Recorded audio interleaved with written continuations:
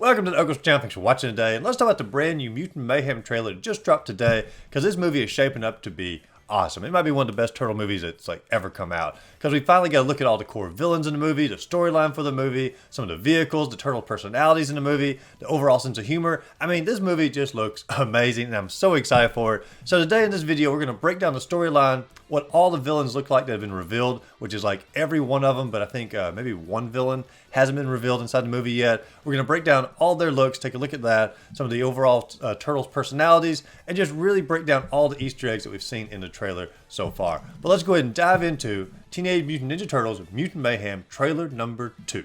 Now this trailer does focus more on the storyline or the plot of the film, where the first trailer focused more on the general feel or the tone of the movie. This one's going to focus on what the movie's actually about. And so the story's going to follow the Ninja Turtles as they're feeling ostracized from society, and they want to know what it's like to just simply to fit in and be a normal teenager in New York City. What it's like to go to school. What it'd be like if they had a girlfriend. What it's like to just simply be a normal kid. And so they're really yearning for this particular life, and they go visit their friend April O'Neil, who tells them there's a new villain on the scene who's basically on a crime wave across the city, and his name is Superfly. And if they can defeat Superfly, then maybe they can be the heroes and finally accepted by society, which is their ultimate goal, at least at this point. And I love as they're envisioning being the heroes for all of humanity, how they draw out their dream here, because this is exactly how every kid from the 80s drew the Ninja Turtles, or at least I did.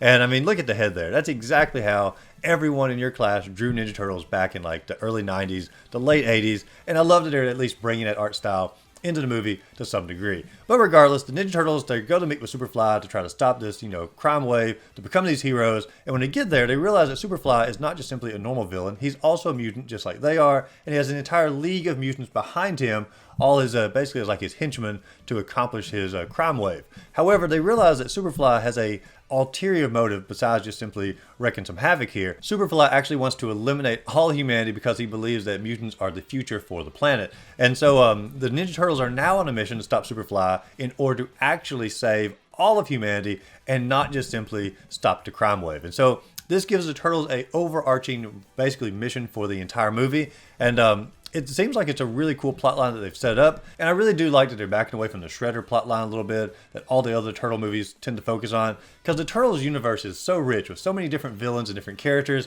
and I love that this movie's actually giving light or some time to all these other villains to sort of let people know what all is in this Turtle universe, and also bring back a lot of memories for those 80s kids who grew up watching the show as well as reading the comics. And I love the line of mutants that they have for this film. But let's just go ahead and break them all down one by one. Now the first one we're going to get a good look at is going to be Superfly, and Superfly has an awesome design here. I mean, very muscular. I mean, he's an awesome looking mutant fly, and I don't know yet if they're going to do Baxter Stockman become Superfly, or if maybe it's a Dr. Jekyll, Mr. Hyde type thing, or if Baxter Stockman's a scientist and he just simply creates Superfly. They've not discussed that at all yet. They've not even shown Baxter Stockman in any of the trailers, but there are two separate voice actors for Baxter Stockman and Superfly.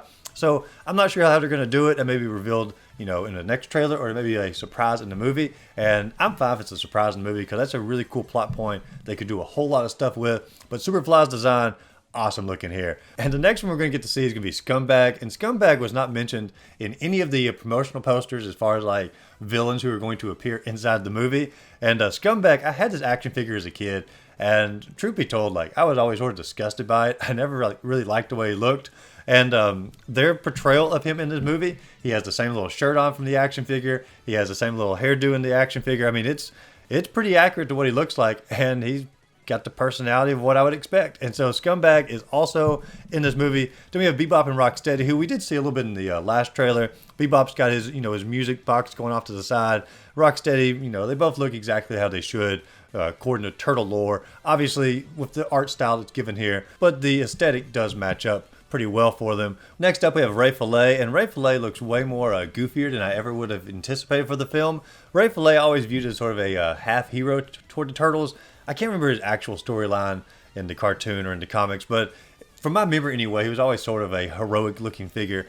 and they really made him look pretty darn goofy here. So I'm interested to see what they do with him. Not necessarily my favorite design, but you know, it is at least sort of humorous looking. Then we have Mondo Gecko. I think his personality fits very well. What I remember is Mondo Gecko. Then we have Genghis Frog over here, and I love the comedic nature of Genghis Frog as he like tries to lick the fly off of his eye and like hits himself in the face with his tongue. But I mean, he has the classic battle axe, which is his main weapon that he always had on him. Then we have a Leatherhead who's like barely in the trailer at all. We don't get a close up. All we basically get of him is sort of a lineup of all the villains. And you can see here, like, I mean, he's definitely got the Cajun look to him. He's got like the little vest here. He's got his, you know, his little gun, got his little hat on top. I mean, they're definitely going for the classic look for a Leatherhead here. And I'm pretty proud of that. I didn't want him to do something like the Lizard from Spider-Man 2, you know, the movie Amazing Spider-Man 2, where it's like a full-on like mutant crocodile. I wanted to keep that sort of personality, and they've definitely seemed to have kept that. But we don't really get a good look at him outside the lineup. Another one we don't get a real good look at is going to be Wingnut, and you can see definitely got the bat-like features there, but we can't like put too much emphasis on it because we don't have a really good look on there. Now, one that they did leave out is going to be Cynthia Utrom, who they didn't mention at all. Like, I don't know if this is going to be a predecessor or something that's going to hold over into like the next film for like maybe like Krang's going to come about from this. I mean he is an Utrom, and so they're obviously got some connection there, but they've not mentioned this at all in the trailer. And like I said, Baxter Stockman's also not shown in the trailer either, but that could have something to do with the I don't know, the reveal between him and Superfly. Now, there also is this giant Godzilla-looking fly that's coming through the city, and I can only imagine at some point Superfly is going to mutate to be a giant fly that basically comes through the city just destroying everything. But if you look at the design here, it almost looks like it's more of a mutant of combination of different things. So maybe like they're going to combine some of the mutants together, or they're going to have like some sort of uncontrolled mutation that happens with Superfly.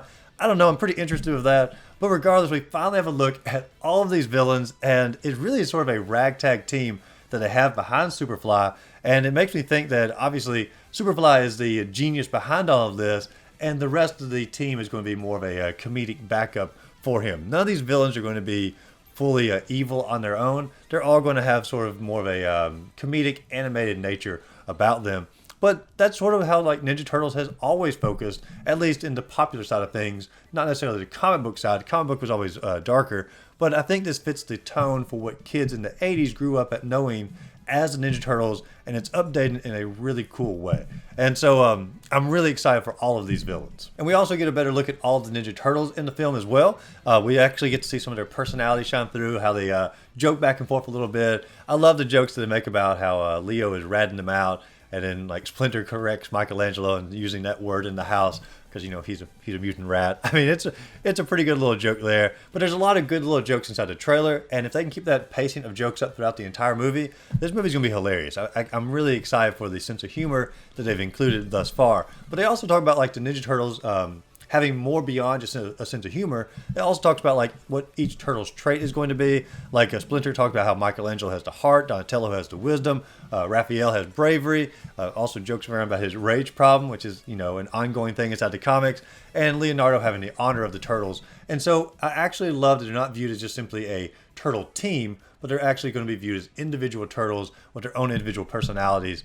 And that's what the storylines were always about in the Turtles. And I'm so excited they actually kept that going inside of this movie, where some of the other movies, especially the Michael Bay ones, in my opinion, tended to lose individual turtle personalities.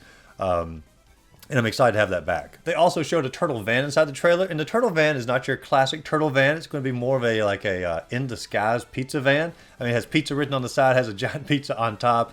And I'll admit, when I very first saw the toy line for the turtle van, I wasn't as huge a fan about it. But seeing it in the movie and how it like fits in with probably like an in disguise pizza van for them to navigate through the city, I think it's a pretty cool little idea, and I actually like Turtle Van a good bit here. They also have some Easter eggs inside the trailer. Like, I love the part where like all the turtles are on top of the building, and it actually shows them with their original like sort of white eyes, and it basically harkens back to what it looked like on the very first cover of the Mirage comic way back in like 1984. And so I love that they're basically pulling in all different generations of the Turtles and trying to update it for the new current generation. And so to me, this movie looks absolutely amazing. I think it's captured the animation style, it's captured a sense of humor, it's captured the lore, and I would be really surprised if this movie does not shape up to be one of the best turtle movies we've ever had, and possibly one of the best movies of the year.